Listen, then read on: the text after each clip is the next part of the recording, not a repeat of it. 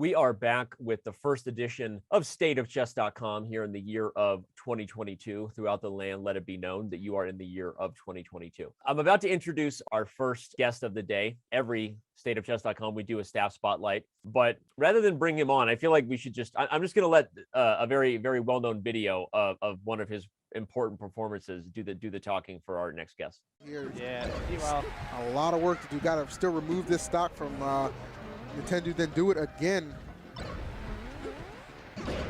Oh, that was not a trade you want to take, and that's going to be it.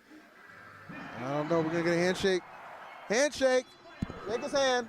Shake his hand. Do it. DP, don't. Shake his hand. Come on, shake man. His hand. Come on, bro.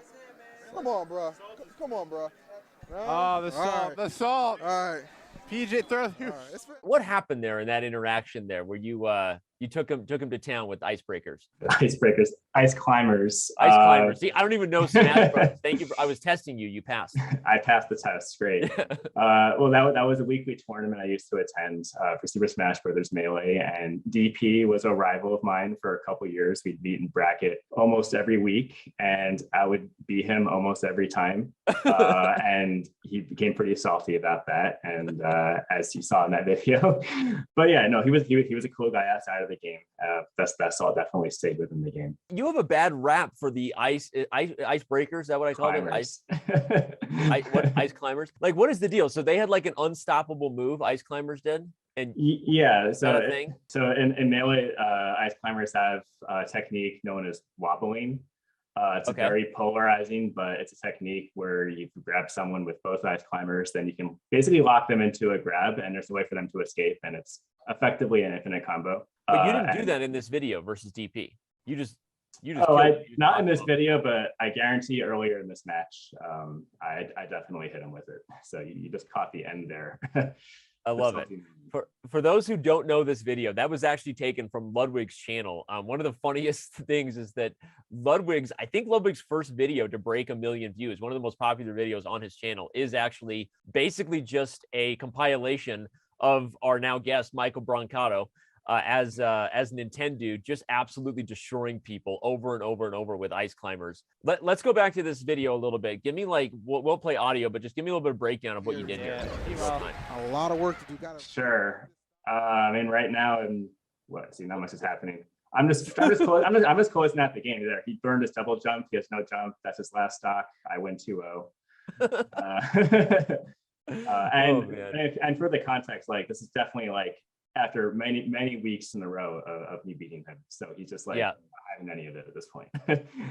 All right. Well, we'll move off of Smash Brothers for a second, but let you talk a little bit about your experience with gaming. I mean, obviously our staff spotlights, for those of you who maybe this is your first ever staff spotlight, we like to get to know people who work for chess.com, but also not just about what they do here, but about their past and what kind of led them here and what they did before joining the greatest chess company in the world. So Michael, tell everybody, what is your experience with gaming? What led you to being the legendary Nintendude as you're kind of a bit of an ice climbers meme in the world of Smash, from what I understand? And what did you do before you took chess.com's offer to be our vice president of esports? Yeah, so I've been a gamer my whole life, but I think the path that eventually led me to being here at chess.com today really started about 15 years ago when I started playing Super Smash Bros. Melee competitively. I played on and off for a lot of years, and my competitive aspirations eventually bore fruit as I rose the ranks through becoming a top-ranked player in the world. And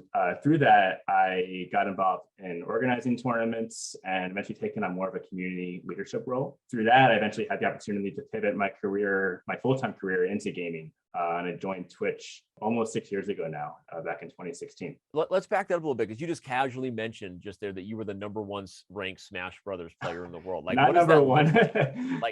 How does that work? How did you know you were #1? So there's basically a community panel that once a year will get together and look at all the results for the year and basically determine what are the top 100 rankings. Okay. And I peaked at, I think it's number 17 in the world in 2016. First got ranked top 100, I think, in 2013. But so wait, so you were never number 1. You peaked at number 17. Number 17, yeah. Okay, yeah. I misunderstood that. Don't want to spread, misinformation here. All right. Well, so you were Nintendude Smash Bros. God number 17. Well, that's higher ranked in the world than I think anybody watching this show has ever been ranked in anything. And I love you, chat. Maybe I'm wrong. I hope one of you is number one at something. Maybe I'm wrong, but that's pretty epic. Then you took a full-time job at Twitch. So before you were with us, tell everybody about what you did at Twitch for the last 5+ years before you joined us just a couple weeks ago. Sure. So I wore a lot of different hats at Twitch. When I first joined in 2016, I was leading tournament operations for what at the time was the esports team at Twitch. Basically worked on a bunch of esports leagues in partnership with third-party publishers, was involved in like the inaugural Rocket League Championship Series, Tekken World Tour, served kind of an advisory role in Capcom Pro Tour, and helped run a bunch of live events at industry events, such as E3, PAX, South by Southwest. So I did that for about 1.5 years. And then a project came through the pipeline to my team to grow both the chess category and online chess tournaments through a partnership between Twitch and chess.com. Oh, wow. Wow. No, I'm kidding. You worked with chess.com while you were at Twitch. Is that what you're saying? Yeah, you don't say. Yeah. Oh, wow. Almost 5 years ago. Yeah, go for it. Sorry. Oh, no, it's fine. So I had some extra bandwidth at the time, and it was kind of a random thing. My manager asked, "Hey, do you want to try working on this chess thing?" And I was like, "Yeah, sure, sounds cool." I mean, I've played chess my whole life. I learned from my parents when I was a kid, and I've played it on and off since then. But it seemed like a unique opportunity, so I kind of jumped on it, and that's when I met you, Danny. It's sometime in 2017. Tell everybody your honest impression of meeting me for the first time, where you're like, man, that guy is obnoxious. Like no one's watching this show. Just tell the truth. I prefer the word passionate. This guy is very passionate about what he does. You know what? A lot of people use that word. I think if you ask Eric his first impression of meeting me 14 years ago, Danny was very passionate. So I appreciate that. Go ahead. Yeah. But you and I met for the first time. Actually, I remember it very well. We were in one of the office rooms at Twitch headquarters in San Francisco, right? And I was there talking with Justin, who you mentioned was your kind of previous manager, and then you came in and it was like, hey, Danny, meet Michael. He's going to be spearheading the chess efforts over the next few years with you, and it was like, let's go. Yeah, pretty much.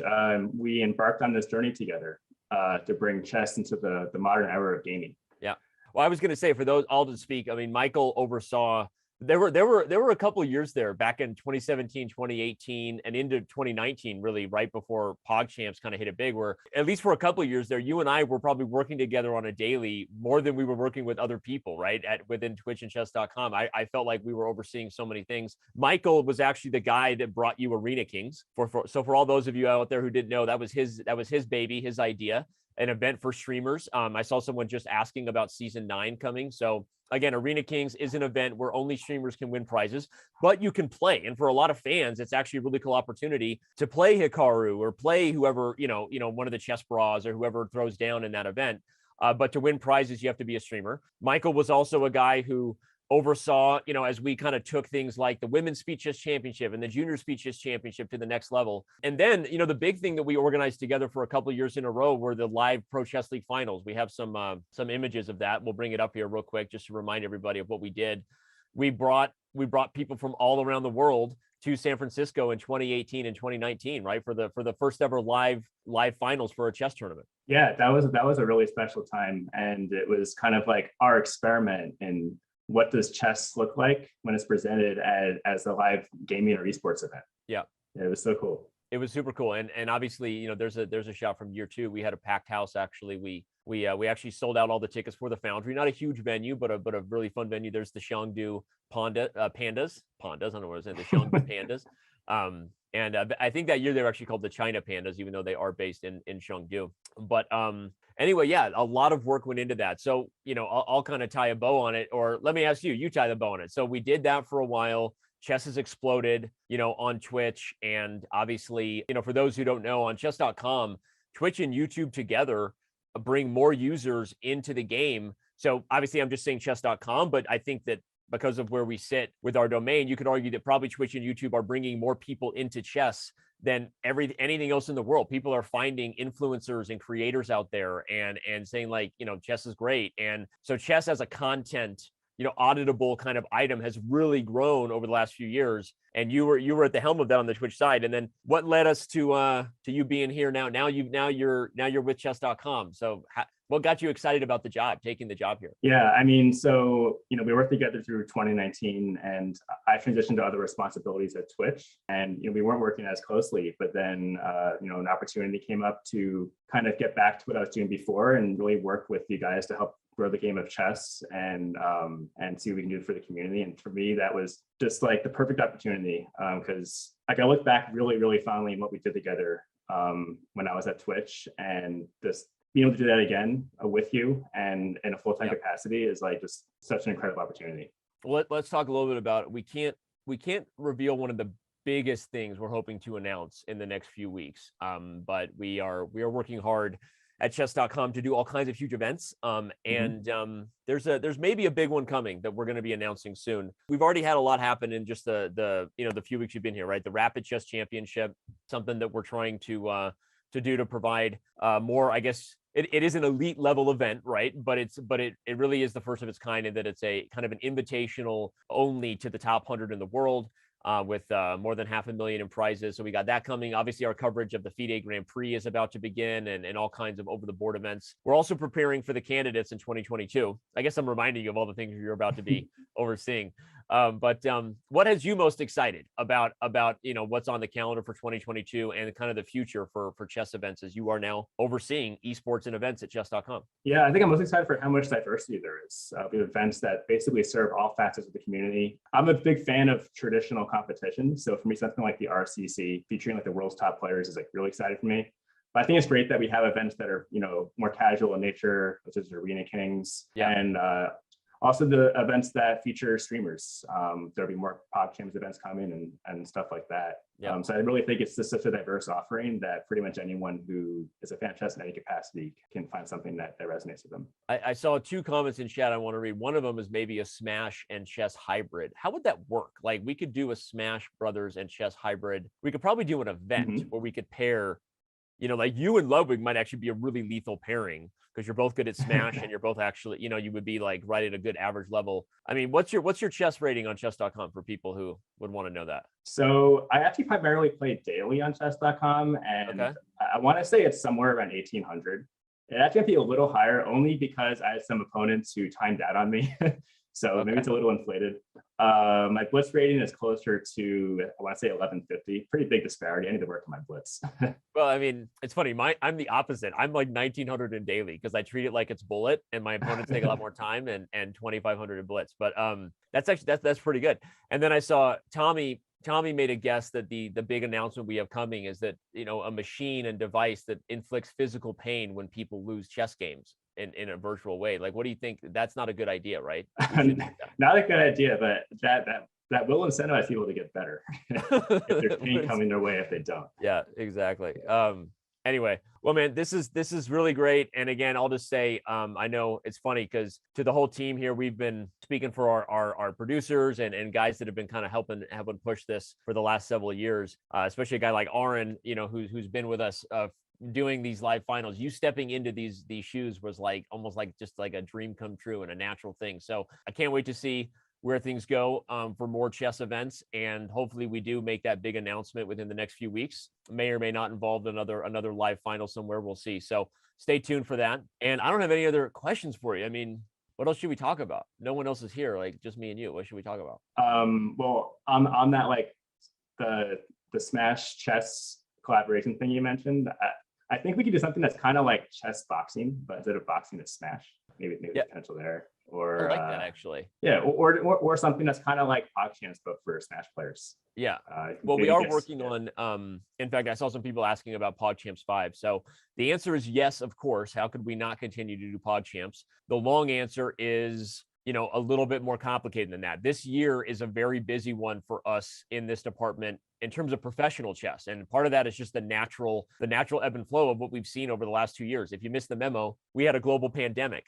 What happened during the pandemic, right? I mean, chess content was consumed so much online, and there was so many natural opportunities without a very busy calendar year to do more events. Now what's happening, right? We have the FIDE Grand Prix, Michael, which normally is like 9 months. It's in like the span of 3 months. Then you have the candidates. you've got so many things going on with over the board chess returning, and we need to make sure that, you know, all the best players in the world get top coverage by our crew, led by Hess and Danya for the most part. I'm too old now to do as much commentary as I used to. But I mean, so that's the thing. But there will be a PogChamps 5, and I'm not going to say more than that.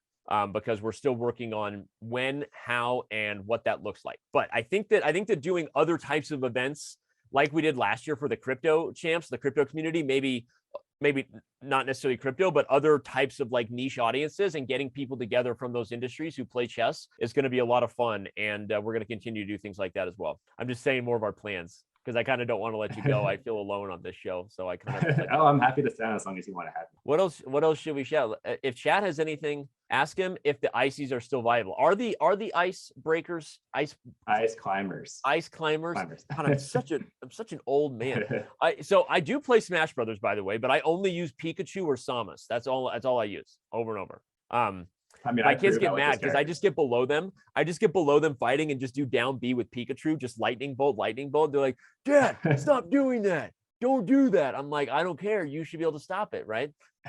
That's exactly what I used to do when I was casual. I get up, start depths, go to the bottom platform with Pikachu, and just hit down B. And be like, yeah, just down B, baby, down B. So are the ice climbers still viable? Is that an option in tournament play? They are barely viable if they get a lucky bracket. Because they have a lot of matchups that are pretty much blockers for them if they run into too many of them. So it's like yes with an asterisk, if that makes sense. Okay, so yes with an asterisk. Okay, this is a good question from Saketh on YouTube. He wants to know, take us through what a day in your work life has been at chess.com. That's a great question. So what does a day for Michael Brancato look like at chess.com right now? Well, it's only been 1 week. So, but right now it's really been trying to wrap my head around everything.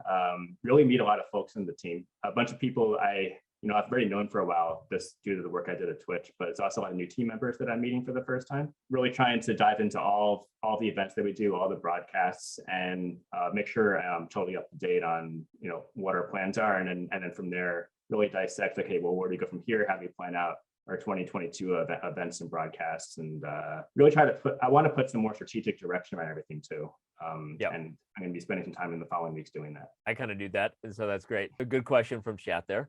Hold up, is that Nintendude? That's right. Nintendude now works at chess.com. We're so excited. All this like Nintendude works at chess.com. Yeah, dude, you're a celebrity. I love this. The first 6 months will be your honeymoon, and then after that you quit. I don't think that's gonna happen, Artem, but appreciate you sharing your negative view on the world. Hey, I already had a 2-year honeymoon back when we worked together already. That's right. We've already had this had this marriage, reach its disagreements, when we were on different sides of the goal with Twitch and chess.com. So we just took an amicable break.